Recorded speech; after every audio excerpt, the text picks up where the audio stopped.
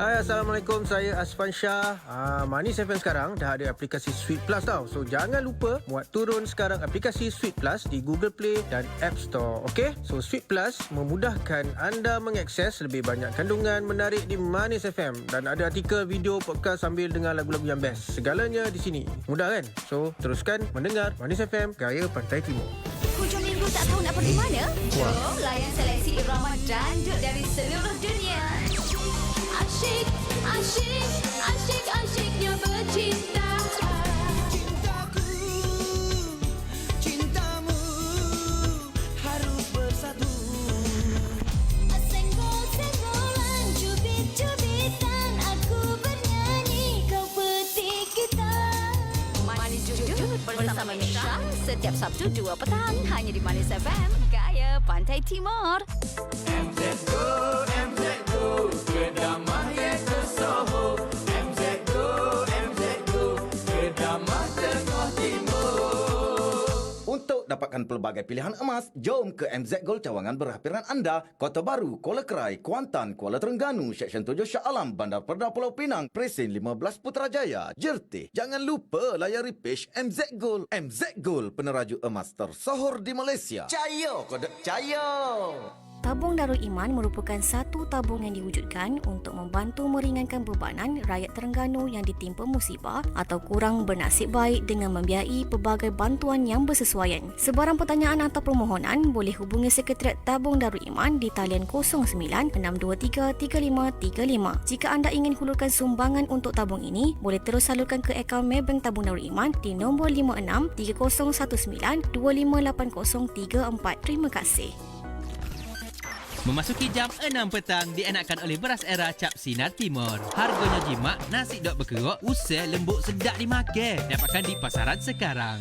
Beras Era, enak dinikmati bersama. Manis FM, Gaya Pantai Timur. Mari menimba ilmu tentang pembicaraan rukun Islam dan iman serta hukum hakam fiqh dalam talaki Safinatun Najah bersama Al-Fadil Ustaz Wan Junaidi bin Wan Jaafar setiap hari Jumaat jam 6 petang. Tentunya di Manis FM, Gaya Pantai Timur. Allahumma salli ala Sayyidina Muhammad wa ala ali Sayyidina Muhammad. Assalamualaikum warahmatullahi wabarakatuh. Alhamdulillahi rabbil alamin. Wassalatu wassalamu ala sayyidil mursalin wa ala alihi wa sahbihi ajma'in. Rabbi syarah li sadri wa yassir li amri wahlul 'uqdatam min lisani yafqahu qawli. Subhanaka la ilma lana illa ma 'allamtana innaka antal alimul hakim. Wala hawla wala quwwata illa billahil aliyyil azim. Syukur Alhamdulillah bersua kembali kita untuk minggu ini di Manis FM dalam program Talaki Safinatun Najah menggunakan pakar kitab Safinatun Najah. Hari ini hari Jumaat sebagai hari ilmu di Manis FM. Setiap jam 6 petang kita akan bersama-sama menimba ilmu pengetahuan dalam soal agama. Kita juga sekarang ini bersiaran langsung di Facebook Manis FM dan anda semua boleh kongsikan live tersebut bersama yang lain. Semoga segala ilmu yang saya kongsikan dapat kita sama-sama amalkan. Dan insyaAllah untuk slot petang ini akan menyambung pembicaraan rukun iman yang ke-6. Kitab Safinatun Najah, edisi yang jawinya muka surat 2 baris bawah sekali. Qala al-muallifu rahimahullahu ta'ala wa nafa'ana bi'ulumihi amin wa bil qadri khairihi wa syarrihi minallahi ta'ala. Terjemahan dia. Dan keenam daripada 6 rukun iman, percaya pada takdir Allah Ta'ala. Baiknya, baik adalah takdir Allah, baik iman dan ta'ah, takdir Allah Subhanahu Wa Ta'ala. Dan jahatnya jahat takdir Allah, jahat ni kufur dan maksiyah. Baik jahat daripada Allah Subhanahu wa taala, yakni daripada kehendak Allah, ketentuan Allah yang bersifat dengan iradah, qada, dan sampai masa berlaku perkara baik, berlaku perkara jahat adalah daripada perbuatan Allah Subhanahu wa taala yang bersifat dengan kudrah. Jadi rukun iman yang keenam keluar dua pegangan. Pertama, beriman dengan qada Allah. Yang kedua, beriman dengan qadar Allah Subhanahu wa taala. Jadi selesai dah pembicaraan berkaitan qada Allah Subhanahu wa taala. Pembicaraan sekarang adalah berkaitan dengan qadar perbuatan Allah Subhanahu wa taala yang bersifat dengan qudrah. Jadi untuk minggu ini pembicaraan rukun iman yang ke-6 masuk kepada slot yang ke-26 dan juga slot yang ke-7 pada membicarakan berkaitan dengan qadar perbuatan Allah Subhanahu wa taala yang bersifat dengan qudrah. Sekalian perkara yang berlaku, sama ada perkara baik, perkara jahat, perkara yang berlaku di bumi, di langit, yang berlaku di dunia, di akhirah, kesemua yang berlaku adalah datang daripada perbuatan Allah Subhanahu wa taala yang bersifat dengan qudrah. Selain daripada Allah Subhanahu wa taala, iaitu makhluk Allah Subhanahu wa taala, sama ada makhluk tu para malaikat, para syaitan, jin, manusia, termasuk para anbiya alaihimussalatu wassalam, makhluk tidak ada perbuatan. Semua perbuatan yang berlaku adalah datang daripada perbuatan Allah Subhanahu wa taala yang bersifat dengan qudrah. Hanya Allah khaliqu kulli syai' yang menjadikan sekalian perkara. Keesaan Allah pada perbuatan dengan bahawa sekalian perbuatan yang berlaku adalah perbuatan Allah Subhanahu wa taala.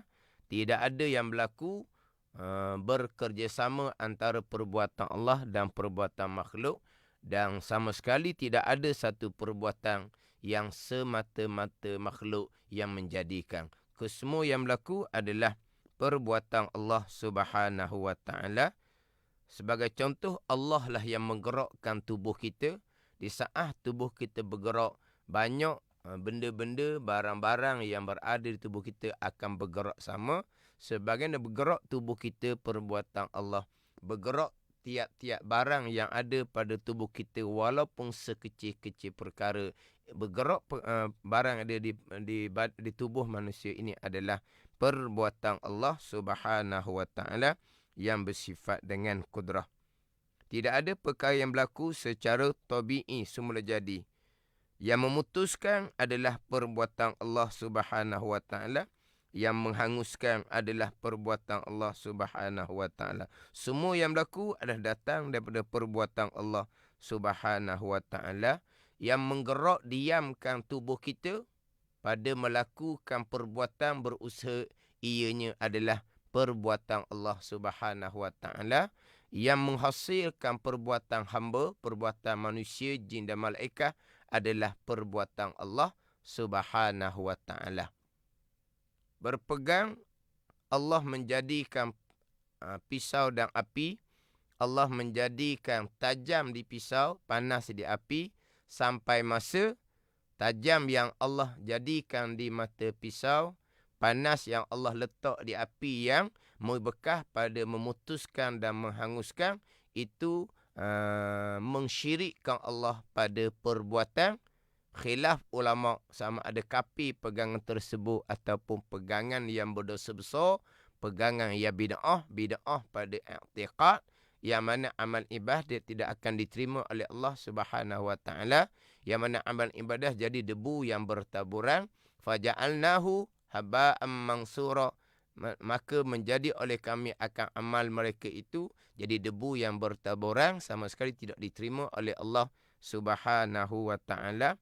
Begitu juga Allah menjadikan hamba, manusia, jin dan malaikat. Allah menjadikan kudrah, tenaga pada hamba, sampai masa tenaga itulah yang menggerak diamkan tubuh hamba pada berusaha dan menghasilkan perbuatan hamba pun sama mensyirikkan Allah pada perbuatan khilaf pada kafir. Kemudian semata-mata pisau yang memutuskan, semata-mata api yang menghanguskan, yang langsung tidak berkait dengan kudrah dan iradah Allah atau kafir ijma' ulama'. Sebagaimana semata-mata hamba, manusia, jin dan malaikat yang bergerak, yang menghasilkan perbuatan usaha hamba yang langsung tidak ada kaitan dengan kudrah dan iradah Allah, kafir ijma' ulama'. Kita ahli sunnah wal jamaah, Allah menjadikan pisau serta dengan tajam di mata pisau. Allah menjadikan api serta panas di api. Allah menjadikan hamba, manusia, jin dan malaikat, serta Allah menjadikan kudrah tenaga pada hamba. Sa'ah putuh tetap perbuatan Allah, sa'ah hangus tetap perbuatan Allah. Saat hamba gerak diam pada melakukan usaha perbuatan, ianya adalah perbuatan Allah. Berhasilnya perbuatan hamba, ianya adalah perbuatan Allah. Sekalian perkara yang berlaku adalah datang daripada perbuatan Allah Subhanahu wa ta'ala yang bersifat dengan kudrah. Dahulu pada ketika saya membicarakan berkaitan dengan golongan yang terpesong pada pegangan yang pertama daripada dua pegangan rukun iman yang keenam, iaitu terpesong pada qada. Qada pegangan yang pertama daripada dua pegangan pada rukun iman yang keenam. Qada yang sedang bicara sekarang adalah pegangan yang kedua daripada dua pegangan pada rukun iman yang keenam. Jadi ketika saya membicarakan berkaitan dengan golongan yang terpesong pada pembicaraan qada,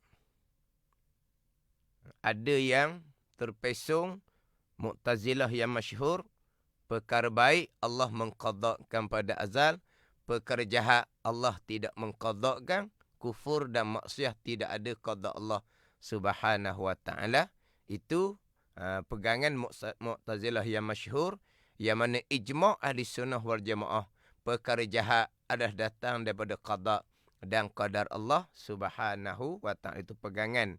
Ada percakapan yang baik daripada Allah, yang tak baik datang daripada diri hamba sendiri. Haram menyandarkan perbuatan yang tak baik kepada qada dan qadar Allah.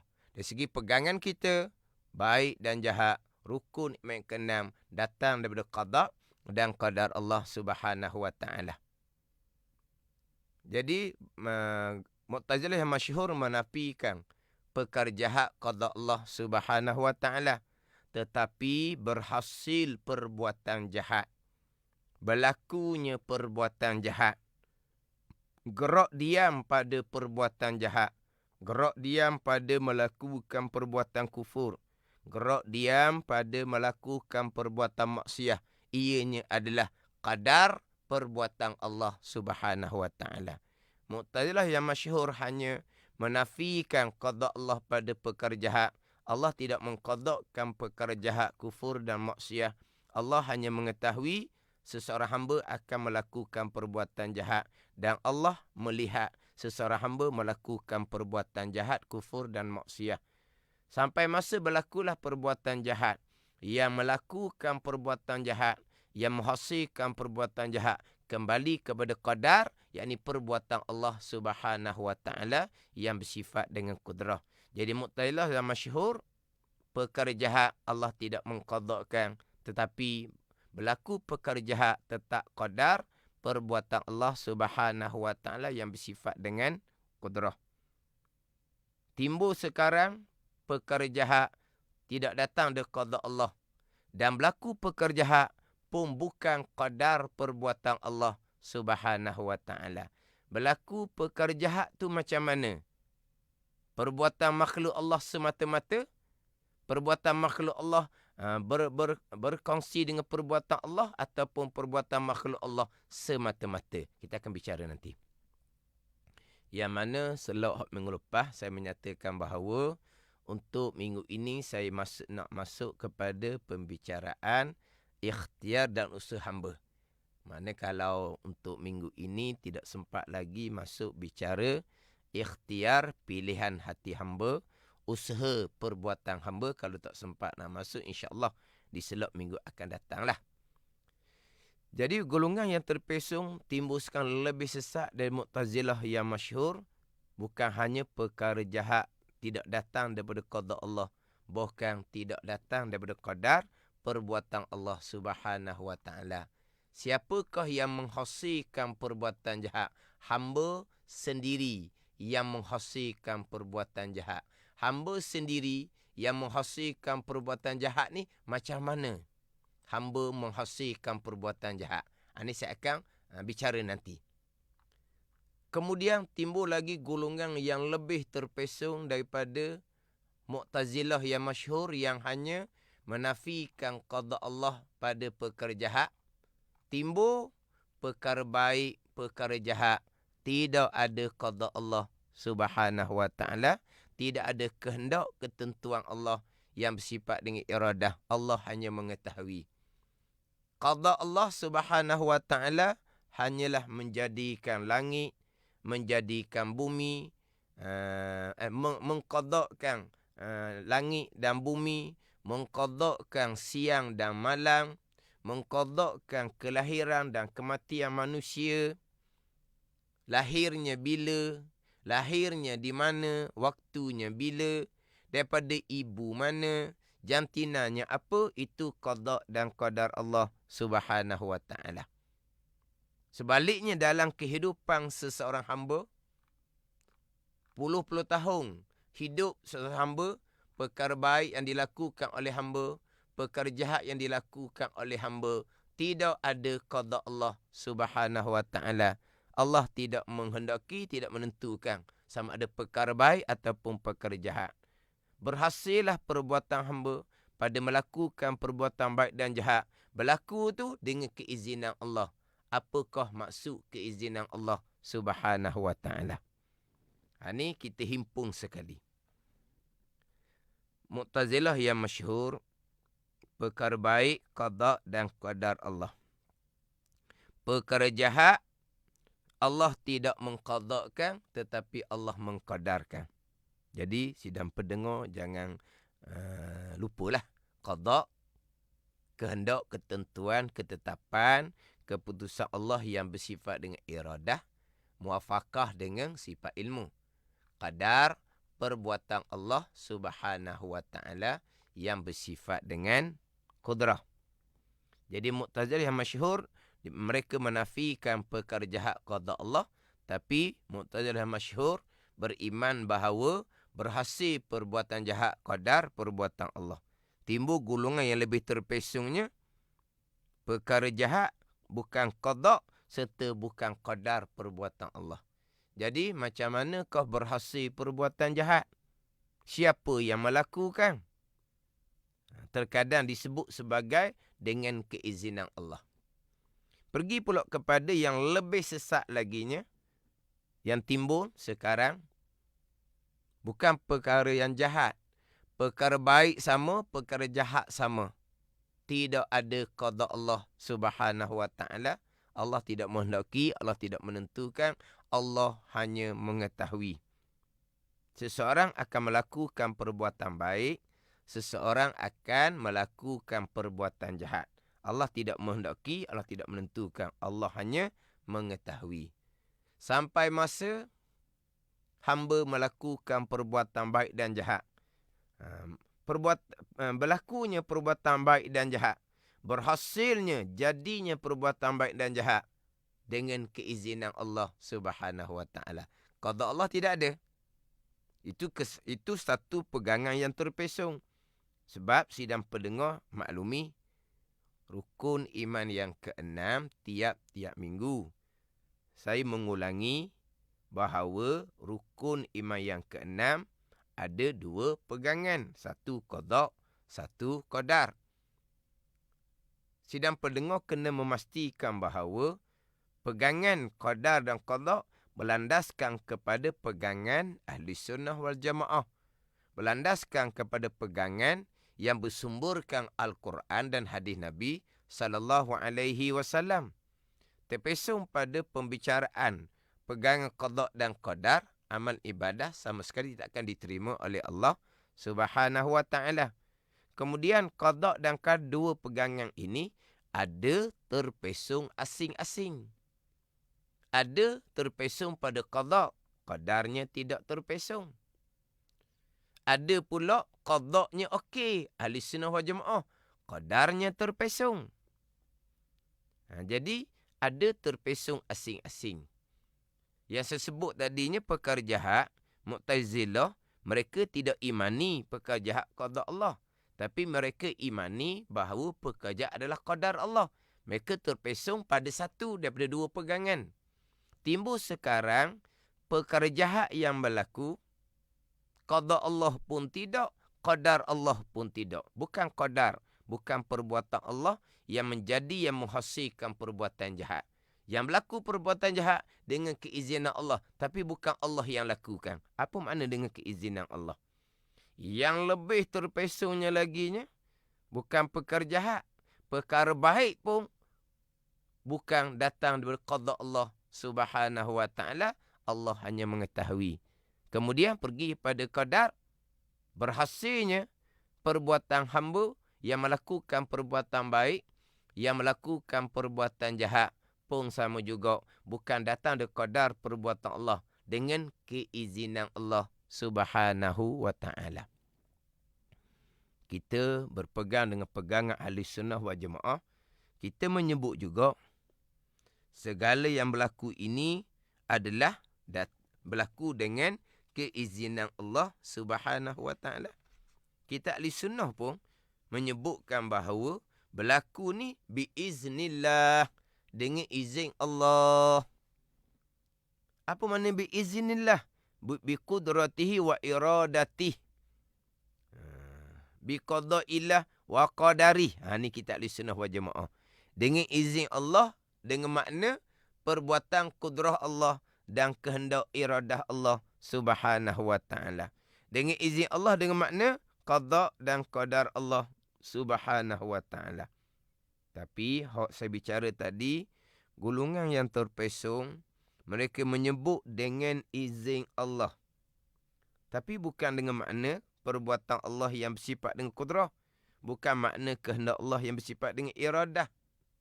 Dengan izin Allah, dengan bahawa Allah mengizinkan, dengan makna Allah tidak menyekat, Allah tidak menghalang.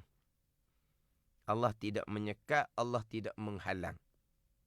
Tapi bukan qadar perbuatan Allah Subhanahu wa taala. Ini kena perhati molek. Yang mana sidang pendengar yang mengikuti Money FM, Radio Money FM, selok talaki Safinatun Najah, maklumi bahawa pembicaraan ini ada live dalam FB.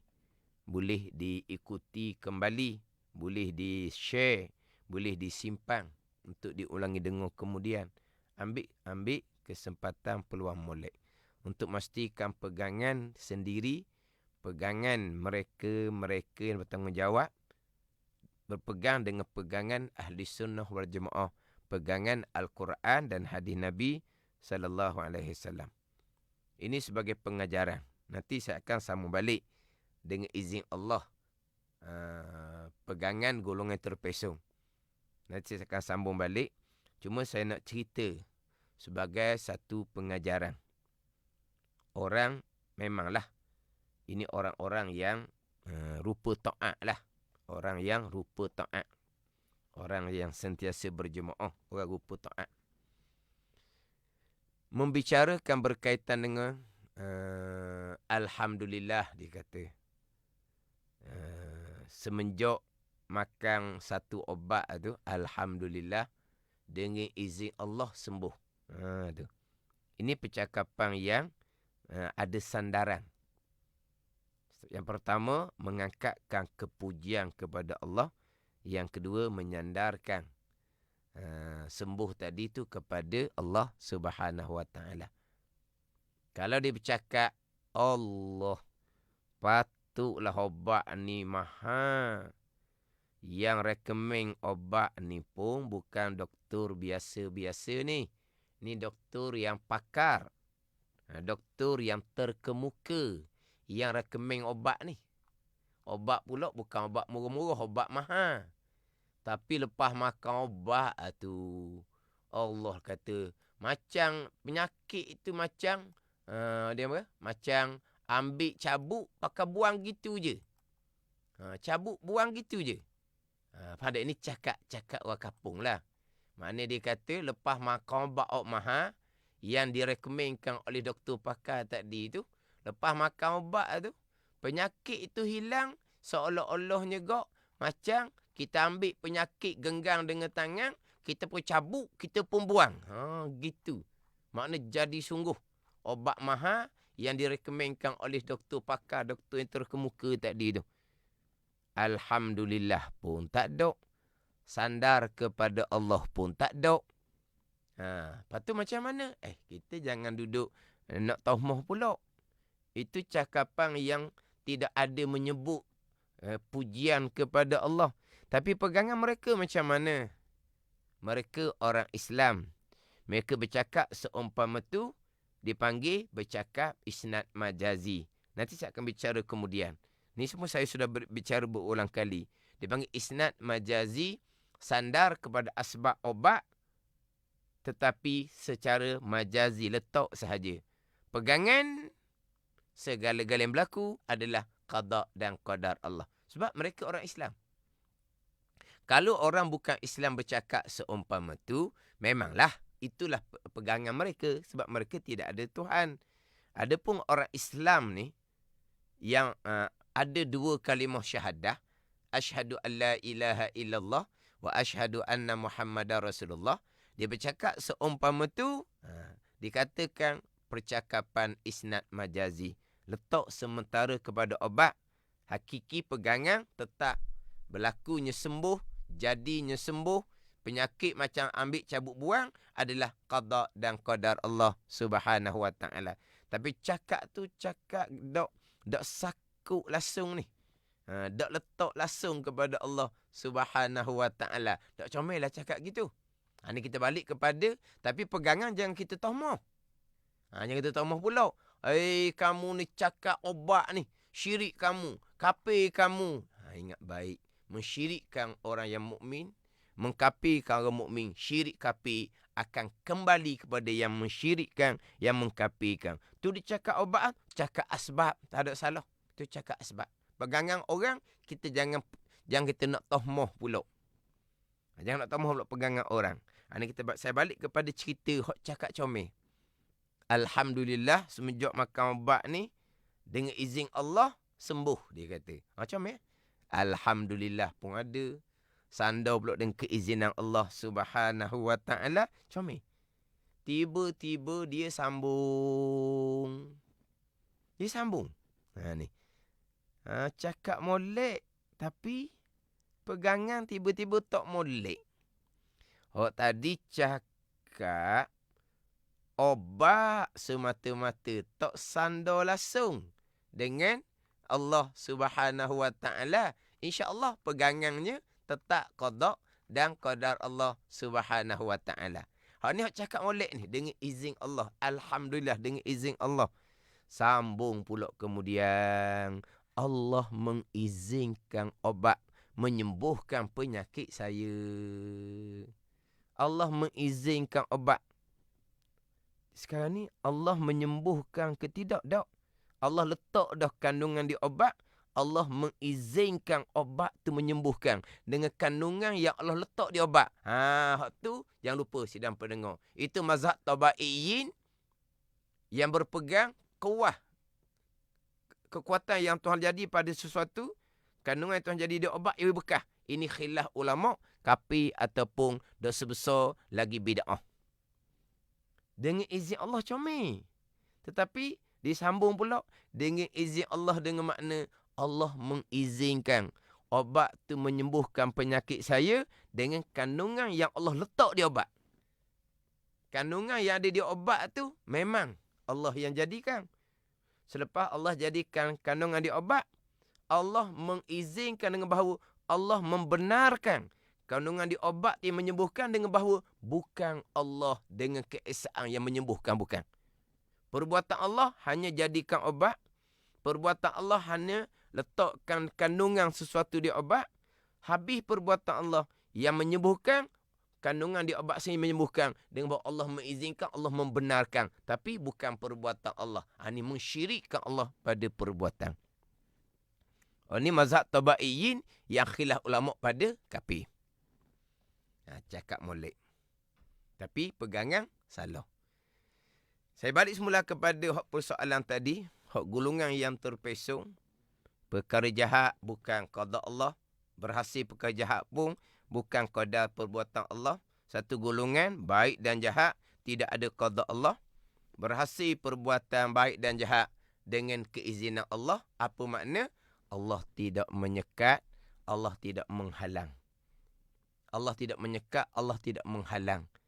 Dengan bahawa Allah jadi dah sesuatu di pisau ke, di api ke, Allah letak dah kudrah di hamba ke, Allah tidak menghalang, tidak menyekat. Makhluk sendirilah yang memberi bekah pada menghasilkan perkara yang baik, pada menghasilkan perkara jahat. Tapi bukan perbuatan Allah Subhanahu wa taala. Ini mensyirikkan Allah pada perbuatan. Lebih berat laginya dengan izin Allah ni yang langsung Allah tidak ada perbuatan Allah, tidak ada. Tidak ada perbuatan Allah. Semata-mata perbuatan makhluk, tapi Allah tidak menyekat, Allah tidak menghalang. Tapi langsung tidak ada peranan perbuatan Allah di situ. Semata-mata perbuatan makhluk. Tapi kalau Allah sekat, Allah halang, makhluk tak bekas juga. Tapi Allah tidak menyekat, Allah tidak menghalang, Allah membiarkan. Tetapi berhasil sesuatu perbuatan baik ataupun jahat, langsung tidak ada kaitan dengan perbuatan Allah. Itu kafir ijma' ulama. Allah letak sesuatu di makhluk, Allah mengizinkan sesuatu yang menghasilkan perbuatan, atau khilaf pada kafir. Ni dua pegangan, satunya yang khilaf pada kafir, satunya yang kafir ijma' ulama. Ni hak saya sebut dah, hak selok minggu lepas tu. Satu hak pegangan yang khilaf pada kafir, satu pegang hak kafir ijma' ulama. Jadi qada Allah tidak ada pada perkara jahat. Satu pahaman yang terpesong laginya, baik jahat tidak ada qada Allah. Berhasil perbuatan jahat dan juga berhasil perbuatan baik dan jahat dengan keizinan Allah. Bukan Allah yang buat. Tapi Allah membenarkan, Allah tidak sekat, Allah tidak halang. Tapi bukan Allah yang lakukan. Itu mensyirikkan Allah pada perbuatan. Ginilah sidang pendengar. Kita bercakap sesama kita perbuatan asbab. Bila kita sebut kata dengan izin, memang kita tak buat. Tapi kita benarkan. Kita tidak sekat, kita tidak halang. Tapi kita tidak buat. Anak kita buat satu perkara dengan keizinan kita sebagai ibu bapa. Ibu bapa benarkan. Ibu bapa tidak sekat, ibu bapa tidak halang. Tapi ibu bapa tidak buat. Seseorang buat satu pekerjaan dengan izin. Kita yang mengizinkan dia melakukan satu pekerjaan dengan makna kita membenarkan. Kita tak sekat, tidak halang. Tapi kita tak buat. Itu cakap sama kita. Anak kita buat dengan keizinan kita ibu bapa. Seseorang buat satu pekerjaan dengan keizinan saya yang izinkan. Tapi kita yang mengizinkan, kita tak buat. Jadi dengan izin Allah ni, fahaman yang terpesong. Bukan dengan izin Allah dengan makna perbuatan Allah dan kehendak Allah. Bukan dengan makna dengan izin Allah ni qada dan qadar Allah. Dengan izin Allah hanya Allah membenarkan, Allah tidak sekat, Allah tidak halang.